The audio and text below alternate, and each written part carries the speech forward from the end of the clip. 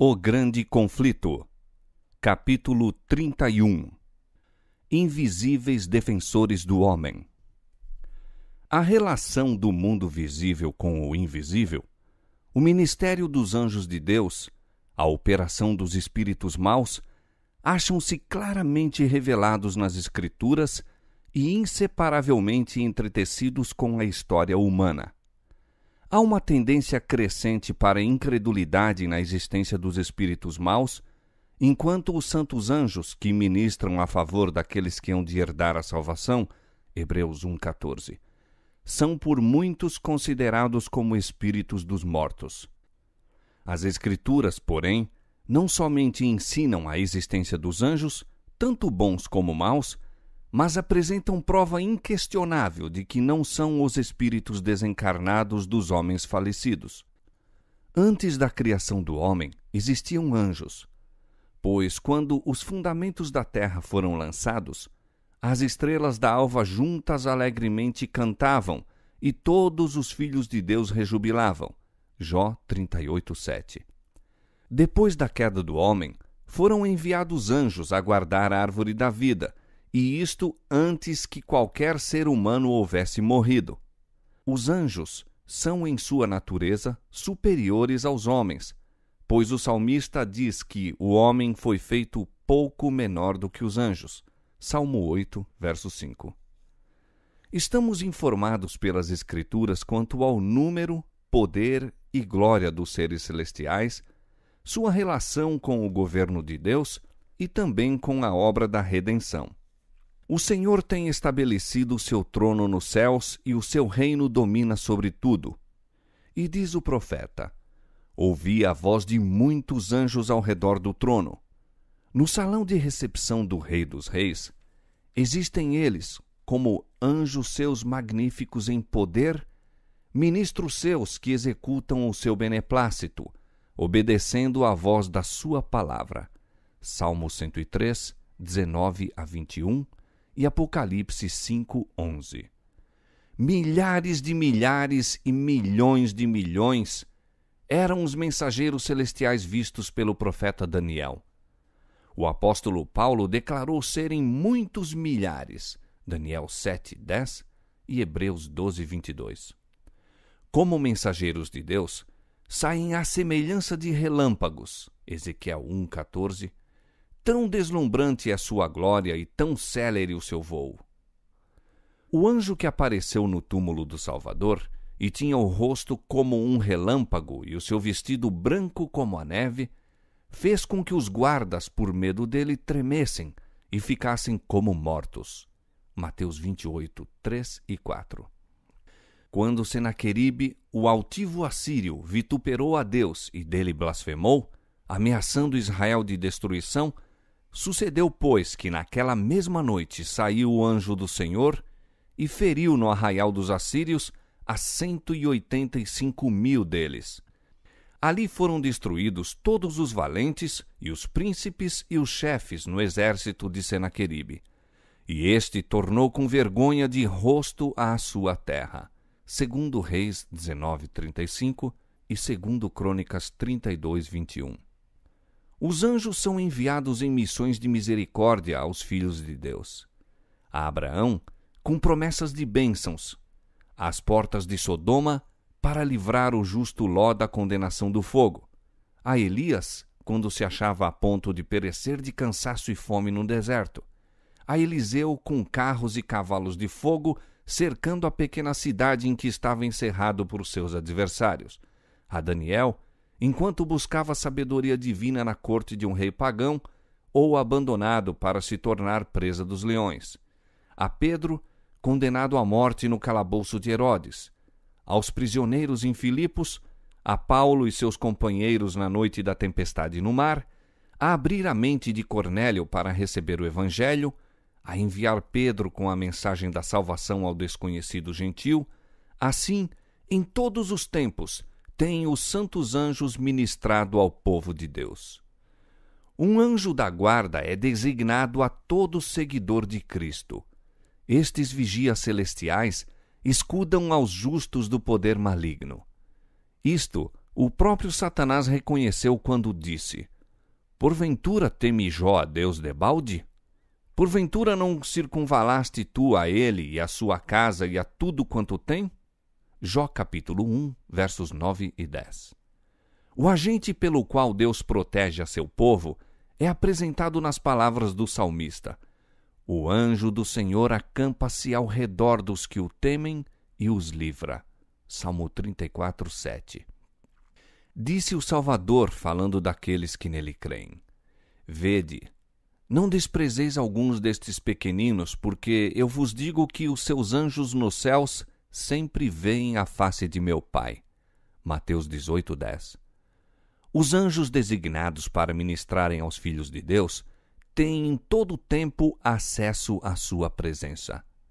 Assim, ao povo de Deus, exposto ao poder enganador e vigilante malignidade do príncipe das trevas, e em conflito com todas as forças do mal, é assegurada a incessante guarda dos seres celestiais. Tampouco é tal segurança dada sem necessidade. Se Deus concedeu a seus filhos promessas de graça e proteção, é porque há poderosas instrumentalidades do mal a serem enfrentadas, agentes numerosos, decididos e incansáveis, de cuja malignidade e poder ninguém pode sem perigo achar-se em ignorância ou inadvertência. Os espíritos maus, criados a princípio sem pecado, eram iguais em sua natureza, poder e glória aos seres santos que ora são os mensageiros de Deus. Mas, caídos pelo pecado, acham-se coligados para a desonra de Deus e destruição dos homens. Unidos com Satanás em sua rebelião, e com ele expulsos do céu, têm, através de todas as eras que se sucederam, cooperado com ele em sua luta contra a autoridade divina. Somos informados, nas Escrituras, acerca de sua união e governo, suas várias ordens, inteligência e astúcia, e de seus malévolos intuitos contra a paz e felicidade dos homens. A história do Velho Testamento apresenta referências ocasionais à sua existência e operação. Foi, porém, durante o tempo em que Cristo esteve sobre a terra, que da mais notável maneira os espíritos maus manifestaram seu poder. Cristo viera para executar o plano ideado para a redenção do homem e Satanás decidiu-se a fazer valer o seu direito de governar o mundo. Fora bem-sucedido ao estabelecer a idolatria em toda a parte do globo, exceto na terra da Palestina. A única terra que não havia cedido completamente ao domínio do tentador, viera Cristo para derramar sobre o povo a luz do céu. Ali, dois poderes rivais pretendiam a supremacia. Jesus estendia seus braços de amor em convite a todos os que quisessem nele encontrar perdão e paz. As hostes das trevas viram que não possuíam domínio ilimitado e compreenderam que, se a missão de Cristo fosse bem-sucedida, seu governo estaria prestes a terminar. Satanás enfurecia-se como um leão acorrentado e, em desafio, exibia seu poder tanto sobre o corpo como sobre a alma dos homens. Que os homens tenham sido possuídos de demônios está claramente referido no Novo Testamento. As pessoas desta maneira afligidas não sofriam meramente de moléstias provenientes de causas naturais. Cristo tinha perfeito conhecimento daquilo com que estava a tratar e reconheceu a presença direta e a operação dos espíritos maus. Notável exemplo do número deles, de seu poder e malignidade, e também do poder e misericórdia de Cristo, é dado no relato bíblico da cura dos endemoniados de Gadara. Aqueles infelizes lunáticos, zombando de toda restrição, agitando-se, espumando, encolerizando-se, estavam a encher os ares de seus gritos, fazendo violência a si próprios e pondo em perigo todos os que deles se aproximassem. Seu desfigurado corpo a sangrar, a mente transtornada, apresentavam um espetáculo que comprazia ao príncipe das trevas. Um dos demônios, que dirigia os padecentes, declarou: Legião é o meu nome, porque somos muitos. Marcos 5:9. No exército romano, a legião compunha-se de 3 a 5 mil homens. As hostes de Satanás são também arregimentadas em companhias, e a simples companhia a que pertenciam esses demônios contava não menos que uma legião. Ao mando de Jesus, os anjos maus afastaram-se de suas vítimas, deixando-as calmamente sentadas aos pés do Salvador, submissas, inteligentes e dóceis. Mas aos demônios foi permitido varrer para o mar um rebanho de porcos, e para os habitantes de Gadara, a perda disto sobrepujou as bênçãos que Cristo conferira, e pediram eles ao médico divino que se retirasse. Este é o resultado que Satanás intentava obter. Lançando sobre Jesus a culpa de seu prejuízo, suscitou os temores egoístas do povo, impedindo-o de escutar suas palavras. Satanás acusa constantemente os cristãos como causa de prejuízo, desgraça e sofrimento, em vez de consentir que a censura recaia onde compete, sobre si mesmo e seus anjos. Os propósitos de Cristo não foram, porém, subvertidos. Permitiu que os espíritos maus destruíssem a manada de porcos, como reprovação àqueles judeus que, por amor do ganho, estavam a criar animais tão imundos. Não houvesse Cristo restringido os demônios, e teriam arrastado para o mar não somente os porcos, mas também seus guardadores e possuidores.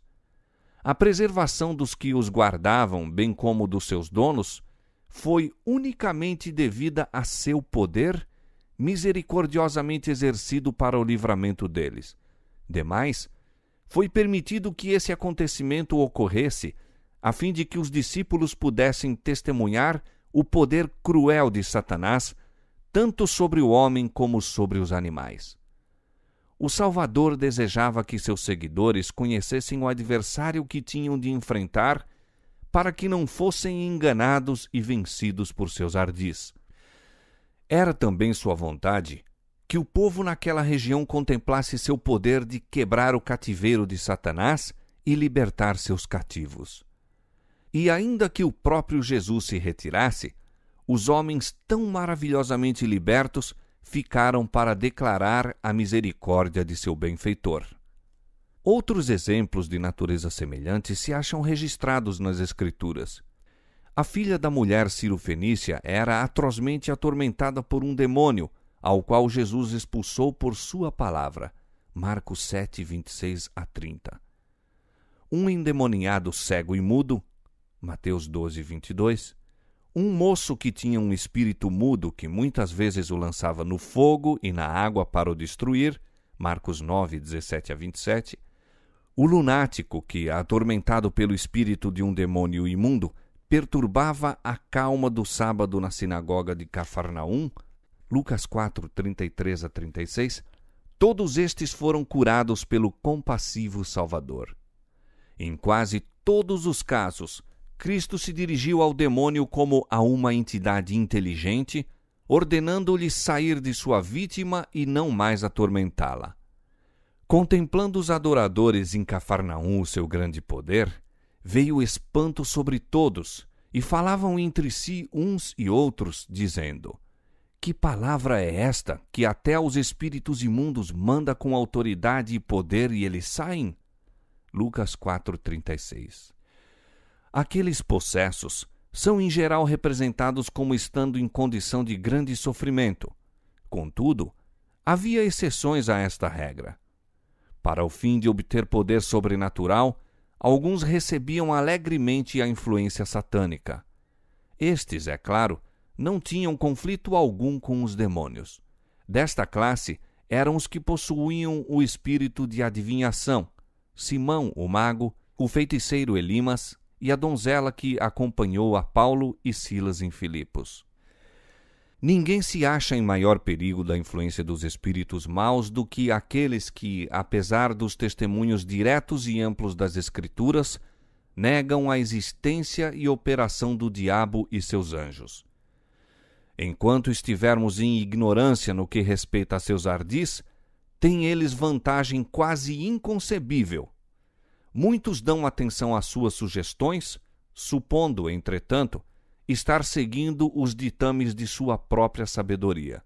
É por isto que, aproximando-nos do final do tempo, quando Satanás deverá trabalhar com o máximo poder para enganar e destruir, espalha ele por toda parte a crença de que não existe.